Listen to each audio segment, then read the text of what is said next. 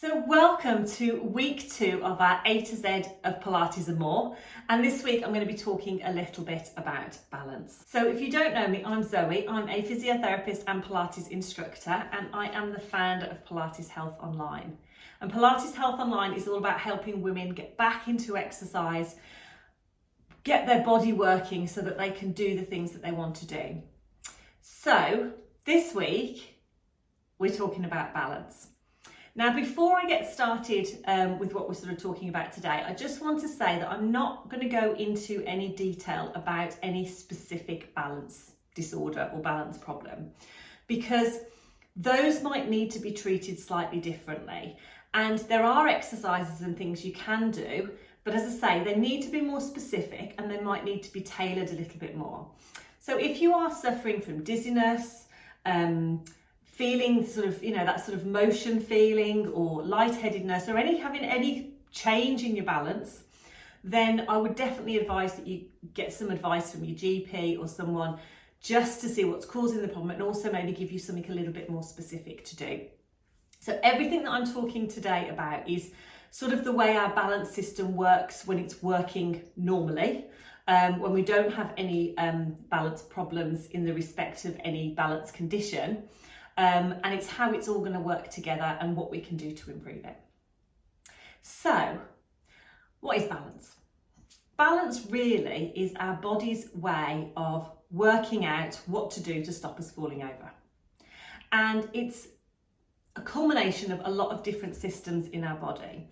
Now, we often think of balance being related to our inner ear, which it absolutely is. So in our inner ear, we've got our vestibular system, and that gives our brain information about where our head is, where we are in space, and a little bit about movement. So we get that sort of feedback. And that system can be disrupted sometimes when we have motion sickness. That can be sort of a disruption of our vestibular system, or it can be if we've got certain balance disorders as well. So when it's functioning properly, it's giving us information about where our head is and about our movement. But that's only part of our balance system. And our balance system also relies on information from the rest of our body. So it relies on information from our muscles and from our joints. And our muscles and our joints have receptors in them that basically get feedback about what position that joint is in, where the joint is in space, what those muscles are doing. And we sort of call this proprioception, and that is fed back to the brain again so that we know where our body is in space. Say you've got your eyes closed and you want to bring your hands together. You know where your hands are because you're getting information from those joints and those muscles back to your brain about where they are in space. So again, that forms part of our balance system. The other part of our balance system is our vision, because we get a lot of information from our visual cues about where we are, what's going on, our surroundings. If we change position, we're getting lots of information, not only from our vestibular system, but also from our vision, because we can see everything in our surroundings. So all these systems send information to the brain interprets it, and then it tells your body what to do. So if you are wobbling, it gets information in milliseconds about what's going on, and it can tell a certain muscle to fire, or it can tell us to move our joints in a certain way to stop us falling over. Now, this isn't under our conscious control. This just happens automatically. But what we can do is train this system, because the more we train it within reason, and obviously in a safe way, the quicker that these messages get sent, because our body gets used to doing it and our brain gets better at interpreting that information. We get these new connections forming in our brain, and the messages get sent back as well quicker.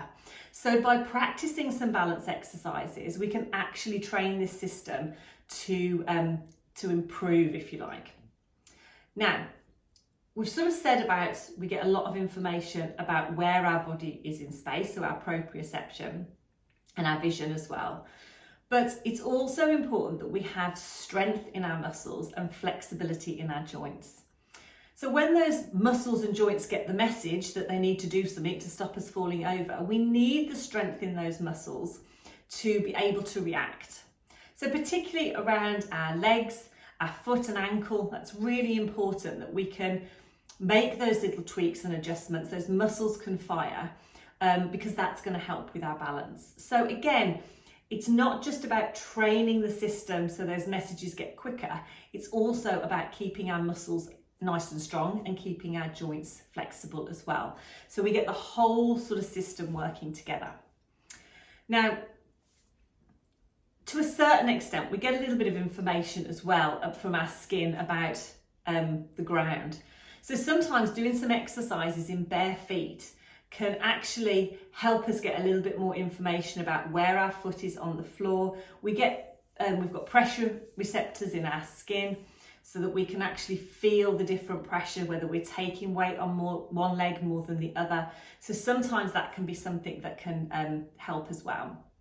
Also, doing exercises with our eyes closed. Now, it's really important if you're going to do any exercises with your eyes closed that you feel safe and steady. So if you feel wobbly doing an exercise with your eyes open, don't close your eyes, because that's obviously going to make it worse, because you've got rid of some of that information that you need for your balance. But it can be sort of a step-by-step process. So it might be that you start doing some exercises, perhaps in standing, working on your balance with your eyes open. It might be that you then, once you've got used to those and you've got good at those, you feel nice and balanced, that you move to doing some exercises with your eyes closed. It might be grading those exercises so you're making them a little bit more challenging. But it's all about keeping our muscles strong, our joints flexible, working a little bit on our balance, so testing it in a safe way and building that up gradually to challenge ourselves a little bit more can actually help improve our balance. And it's getting all the whole systems, or all the systems if you like, to work together. So that is basically what our balance is all about. Our balance can change throughout our lives. It can be changed for lots of different reasons. And as I say, this is slightly different from if you've got a specific balance disorder, or even perhaps a specific medical condition that might affect your balance system. But this is sort of our general balance. This is how it works in everyday life. So doing some exercises that are going to help with that can be really, really beneficial. So that was a whistle-stop tour of balance. Now, I have done a quick video, it's about 15 minutes long I think, with just a few exercises to work a little bit on your strength around your ankles, work a little bit on our balance, test it in a safe way, and I'm going to show you how to sort of build that up a little bit. So if you want to get hold of that, you can sign up to our email list. So you should be able to do that above or below this video. Just click on there and we can send you that straight away. But if you're watching this and you're already on my mailing list, you should already have that in this week's email, so you can go and access that straight away. And as I say, I know I said it at the start of the video, but if you do have any specific balance problems, if your balance has changed suddenly and you suddenly feel that it's deteriorated, or you are getting any of those symptoms of dizziness, lightheadedness, or that sort of feeling of sort of motion that you're still moving when you're not, then absolutely have a chat with your GP and get some specific advice before you get started with any exercises, because there might be a certain way that you need to approach this that will be slightly different and will be much more beneficial for you. Okay, so that's it for another week.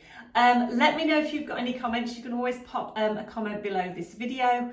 And I look forward to seeing you next week. Next week, we are going to be talking all about the core. So take care, and I'll see you then.